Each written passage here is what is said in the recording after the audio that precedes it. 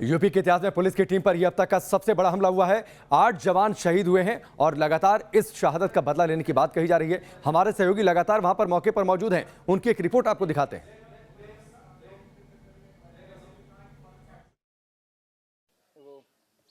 इस समय हम बिकरू गांव के अंदर मौजूद हैं और यहीं पर जो बीती रात है वहां पर पुलिस और अपराधियों के बीच जबरदस्त मुठभेड़ हुई और इस मुठभेड़ में जो 8 पुलिसकर्मी हैं वो उन्होंने शहादत प्राप्त की।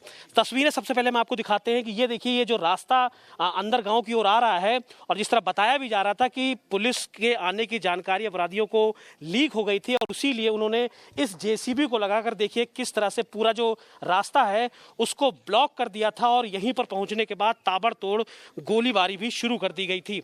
इस पूरे रास्ते को रोकने के बाद ये क्राइम सीन आपको हम दिखाते हैं और इस क्राइम सीन पे ये जो खून के धब्बे हैं ये इस बात को बताने के लिए काफी हैं कि आखिर मुठभेड़ कितना बड़ा था और पुलिस और जो अपराधी थे वो एक दूसरे से मोर्चा ले रहे थे। और ये जो मकान है जिसके अंदर हम आपको ले चल रहे हैं, इसी मकान में बताया जा रहा था कि सीओ जो शहीद सीओ हैं वो यहाँ पर छिप गए थे और उन पर लगातार गोलीबारी यहाँ पर की जा रही थी। लगातार चारों तरफ खून के धब्बे यहाँ पर बिखरे हुए हैं और यहीं पर सीओ साहब को गोली लगी थी ऐसा बताया जा रहा था। और जो विकास दुबे जो मेन हिस्ट्री शीटर बदमाश है उसके घर को अगर हम आपको दिखाएं तो ये देखिए सामने ये जो बड़ा से आपको घर दिख रहा है किला नुमा, ये उसी हिस्ट्री शीटर विकास दुबे का घर है जहां पर वो छिपा था, यहाँ पर रहता था और लगातार यहीं पर लगातार जो पुलिस पार्टी पर फायरिंग की गई थी।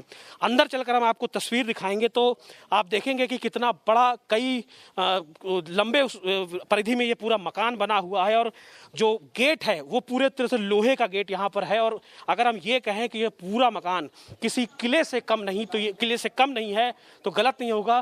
पूरी तरीके से बंद ये मकान है और इसी मकान में विकास दुबे रहता था। जो अभी अधिकारियों से हमारी बात हुई उसके मुताबिक जो बदमाश है वो पुलिस वालों के हथियार भी छीन कर भागे हैं और हथियार को भागने के बाद लगातार उनको पुलिस खोज रही है, कॉम्बिंग ऑपरेशन कर रही है, सर्च ऑपरेशन कर रही है। और यहाँ पर जो छतों पर आप देखिए, छत ये जो ऊपर है यहाँ से भी बताया जा रहा है कि गोलीबारी की जा रही थी। अस्त व्यस्त सामान यहाँ पर है। गाड़ियों के हम आपको शीशे दिखाए, इस घर में बड़ी बड़ी लग्जरी गाड़ियाँ खड़ी हुई हैं और इन गाड़ियों पर भी गोली चली है। जिसके बाद जो गाड़ी के शीशे हैं वो देखिए कैसे चारों तरफ बिखरे पड़े हुए हैं। और ये निशान ये बताते हैं कि झड़प बड़ी जोरदार थी, लेकिन दुर्भाग्य से जो 8 पुलिसकर्मी हैं जिसमें एक डिप्टी रैंक का एसपी भी है वो लोग शहीद हो गए हैं और उनकी शहादत के जो ये निशान है ये दिखने के लिए काफ़ी। और अंदर हम आपको दिखाते हैं, ये देखिए ये जो लोहे की पूरी जाली है ये भी किस तरह टेढ़ी हो गई है, अंदर सामान बिखरे पड़े हैं। और ये देखिए यहाँ पर एक पंखा है वो कैसे उल्टा पड़ा है और ये जो शीशे हैं ये पूरी तरीके से इनमें गोलियां लगी थी जिसके बाद ये टूट के यहाँ पर गिरे हुए हैं। पूरा किले की तरह ये मकान बना हुआ है। देखिए चारों तरफ से बंद, अंदर से पूरे बाहर का व्यू देखा जा सकता है कि कौन आ रहा है कौन जा रहा है। अंदर ये देखिए सामान, आपको एक्सक्लूसिव तस्वीरें हम दिखाएं। ये देखिए सामान पूरी तरीके से बिखरे पड़े हैं, यहाँ पर सामान बिखरा पड़ा है और अंदर फिलहाल इस वक्त कोई नहीं है। लेकिन यहीं पर इस पूरा ऑपरेशन हुआ और इस ऑपरेशन के बाद जो अधिकारी हैं लगातार वो सर्च ऑपरेशन कर रहे हैं, लेकिन अभी तक पुलिस को सफलता नहीं मिली है। लेकिन जिस तरह सर्च ऑपरेशन चल रहा है, बॉर्डर्स सील कर दिए गए हैं, उसके बाद ये उम्मीद की जा रही है कि इन अपराधियों को जल्द से जल्द पकड़ा जाएगा। वीडियो जर्नलिस्ट पुनीत पांडे के साथ अमित सिंह, न्यूज़ स्टेट कानपुर।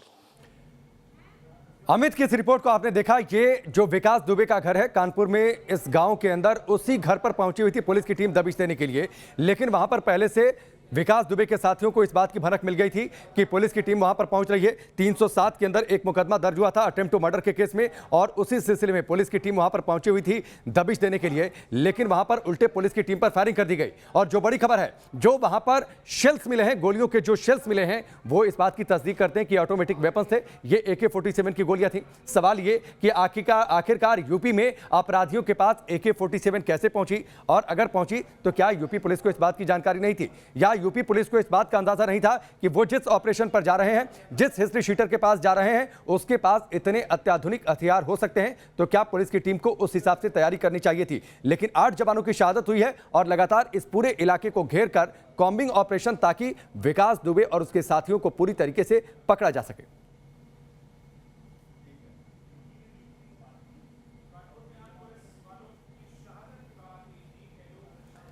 तो ये तस्वीरें जब आपसे थोड़ी देर पहले यूपी के एडीजी लॉ एंड ऑर्डर पहुंचे हुए थे विकास दुबे के घर से एक रिपोर्ट हमने आपको दिखाई। लेकिन विकास दुबे कैसी ऐयाश भरी जिंदगी जीता था, क्या कुछ उसके पास सहूलियतें थी, कितने ऐश के सामान उसके घर में थे, एक रिपोर्ट और आपको दिखाते हैं। हम हिस्ट्री शीटर विकास दुबे के घर पर मौजूद हैं और उसके घर की छत से अगर आप तस्वीर देखिए तो पूरे गांव की तस्वीर आपको देखने को मिलेगी। और इस घर की जो बनावट है वो बड़ी दिलचस्प बनी हुई है और बहुत बड़े क्षेत्र में ये घर फैला हुआ है। घर में अंदर एंट्री करने के 3 दरवाजे हैं। सामने देखिए लोहे का गेट लगा हुआ है जो मेन रास्ता है। उसके बाद बाएं और दाएं 2 गेट और लगे हुए हैं और तीनों जो एंट्री पॉइंट है घर के अंदर आने की वो बड़े बड़े गेट लगे हुए हैं। यानी बड़ी सोची समझी रणनीति के तहत इस घर को बनाया गया था। और ये जो छत है, इस छत से अगर आप निगाह डालें तो आपको पूरा गांव दिखेगा और सामने जो मेन सड़क गांव के अंदर के आने की है वहां से कौन व्यक्ति आ रहा है कौन जा रहा है इसका पूरा दृश्य साफ साफ देखने को मिलेगा। और कहीं ना कहीं कल इसी बात का फायदा जो हिस्ट्री शीटर उसके साथी थे उनको मिला। और जो पुलिस वाले थे दरअसल वो नीचे थे और ऊंचाई का फायदा उठाकर पुलिस वालों को गोली का शिकार बनाया गया और वे सारे शहीद हुए। विकास दुबे की बात करें तो ये एक हिस्ट्री शीटर है और अपराध की दुनिया का जाना माना नाम है। 60 से ज्यादा मुकदमे इसके ऊपर दर्ज हैं और इस पर 53 से अधिक हत्या के प्रयास के मामले दर्ज हैं। उसके बावजूद ये लगातार आजाद घूमता रहा। 2017 में भी इसको गिरफ्तार किया गया था लेकिन बेल के मिलने के बाद ये बाहर चल रहा था। और इसके बारे में बताया जाता है कि जो ये गांव है बितरू गांव, यहाँ के जो गांव वाले हैं उसकी एक तरह से प्रोटेक्शन में रहते थे और इसीलिए ऐसा बताया जाता है कि इस गांव में पुलिस वाले बहुत कम आते थे या पुलिस वालों को अंदर एंट्री नहीं मिलती थी। और एक हिस्ट्री शीटर इन्हीं लोगों के दम पर बाकायदा आजाद घूमता रहता था। विकास दुबे के बारे में एक चीज़ और बड़ी मशहूर है कि 2001 में इस हिस्ट्री शीटर ने एक राजमंत्री दर्जा प्राप्त मंत्री को गोलियों से भून दिया था, वो भी शिवली थाने के अंदर। और उसके बाद बाकायदा मुकदमे से बाहर आ गया था, मुकदमे से बरी होकर। तो ये पूरा जो इतिहास है विकास दुबे का ये बताने के लिए काफ़ी है कि अपराध की दुनिया का वो कितना बड़ा नाम था। लेकिन ये जो पूरा गाँव है, इस गाँव में विकास दुबे की तूती बोलती थी और कहीं ना कहीं इस घर की बनावट ने कल जो पूरा घटना हुई है उसमें पुलिस वालों की जो शहादत हुई है उसमें इस घर ने बड़ा रोल अदा किया है। क्योंकि ये घर बहुत सोची समझी रणनीति के तहत बनाया गया था और ऊंचाई का फायदा उठाकर ही बदमाश पुलिस पर हावी हो गए थे। तो फिलहाल विकास दुबे फरार है और लगातार उसको पकड़ने के लिए पुलिस की टीम सर्च ऑपरेशन जारी रखे हुए हैं। वीडियो जर्नलिस्ट पुनीत पांडे के साथ अमित सिंह, न्यूज़ स्टेट कानपुर। तो विकास दुबे के घर से अमित की इस रिपोर्ट को आपने देखा।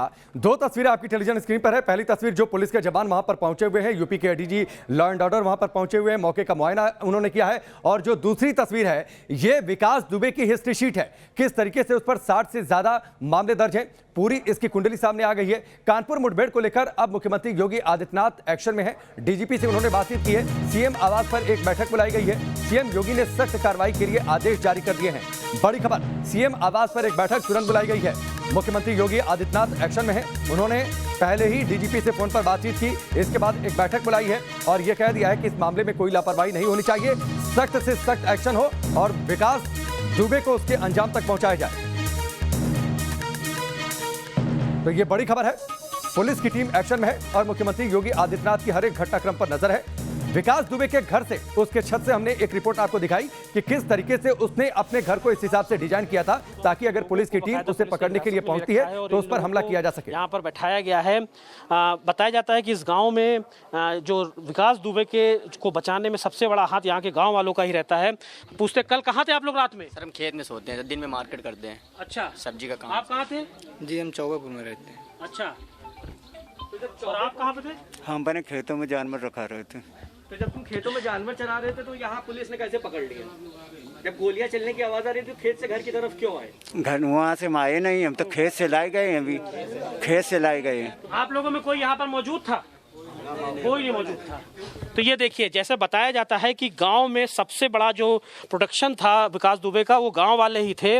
और यहाँ पर देखिए इतने लोग बैठे हुए हैं गांव वाले, लेकिन एक भी आदमी कुछ भी बोलने को तैयार नहीं है। सभी का ये कहना है कि वो जब मौके पर इस तरह ये घटना घट रही थी तो वो मौके पर कोई गाँव था, कोई दूसरे गाँव था, कोई खेत पे था, यानी इस पूरे गाँव में ये लोग नहीं मौजूद थे। जो कहीं ना कहीं ये बताने के लिए काफ़ी है कि विकास दुबे इतने दिन तक आज़ाद क्यों घूम रहा था। वीडियो जर्नलिस्ट पुनीत पांडे के साथ अमित सिंह, न्यूज़ स्टेट कानपुर। तो अमित की इस रिपोर्ट को आपने देखा, गांव के लोग वहां पर मौजूद थे, गांव के लोगों का समर्थन इसे हासिल है और ये एक बड़ी वजह है कि विकास दुबे अभी तक पुलिस की गिरफ्त से बचता रहा है। हालांकि 2017 में उसे गिरफ्तार किया गया था, लखनऊ से गिरफ्तार किया गया था, लेकिन कुछ दिनों पहले बेल पर छूटा था। निखिल हमारे साथ इस वक्त जुड़ चुके हैं, लखनऊ से सीधे उनका रुख करते हैं। निखिल, यूपी पुलिस के इतिहास में इससे बड़ा हमला मुझे याद नहीं आता और इसीलिए मुख्यमंत्री योगी आदित्यनाथ एक्शन में हैं और अब से थोड़ी देर बाद एक बैठक बुलाई गई है ताकि इस पूरे घटनाक्रम पर एक ठोस कार्रवाई हो और इसे सुनिश्चित किया जा सके। बिल्कुल भी पिछले 12 साल के जर्नलिज्म में मुझे भी ये बात कहीं दिखाई नहीं दी, इस तरह घटना नहीं दिखाई दी गई, इतना बड़ा हत्याकांड नहीं दिखाई दिया जहां पुलिसकर्मियों की इतनी बड़ी संख्या में हत्या की गई। जैसे इस घटना की जानकारी मुख्यमंत्री को मिली, उन्होंने तुरंत डीजीपी से इस पूरे मामले पर बात की थी और अब फिर उसके बाद डीजीपी और प्रमुख सचिव गृह मुख्यमंत्री आवास पर पहुंचे हैं। वहां पर मंथन होगा, मंथन करने के बाद ये तय किया जाएगा कि आगे की रणनीति कैसे होगी। पूरी घटनाक्रम को अगर आप देखें तो दो सबसे महत्वपूर्ण विषय है। 8 से 10 पुलिसकर्मी जाते हैं और इस बात की जानकारी अपराधी को कैसे लग जाती है कि उसके यहाँ दबिश पड़ने वाली है।